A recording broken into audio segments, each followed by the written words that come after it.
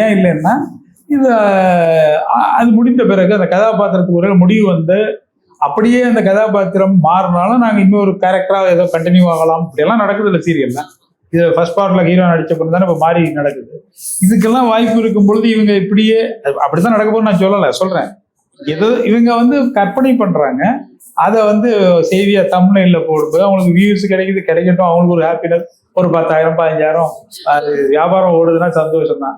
ஈஸ்வரிய இவர் தான் கொண்டுட்டாருன்னு சொல்லாம இருந்தா சரி, இவங்க தான் சேர்ந்து உண்மையிலே கொண்டுட்டாங்கப்பா எல்லாரும் சேர்ந்து அப்படின்னு சொல்லாம இருந்தா சரி, மற்ற ரூமர்ஸ் எல்லாம் ஓகே. ஏன்னா அதை சார்ந்தும் நிறைய விஷயங்கள் வந்துச்சு. என்ன அடி வாங்கிட்டே இருக்காங்க, கடைசியில எப்பயாவது கொஞ்சம் எழுந்து வருவாங்க, கேரக்டர்ஸா சொல்றேன், ஃபீமேல் கேரக்டர்ஸ், கடைசியில பார்த்தா செத்துட்டாங்களா அப்படின்ற ஒரு கேள்வியுமே இருந்தது.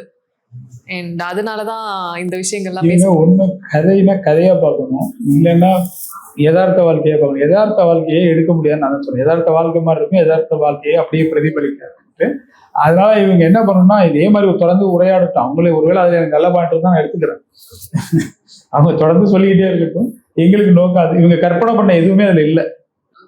ஏதாவது ஒரு ஆர்டிஸ்டிகளுக்கு போற வாய்ப்பு இருக்கு, இல்லைன்னு சொல்ல, ஆனா இவங்க கற்பனை பண்றது எதுவுமே இல்லை.